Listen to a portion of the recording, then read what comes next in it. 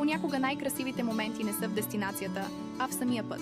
Там, където градският шум отстъпва място на песента на щурците и шума на листата. Навлизаме в сърцето на Веселиново. Едно от онези места, където времето сякаш е спряло, за да ни напомни за важните неща.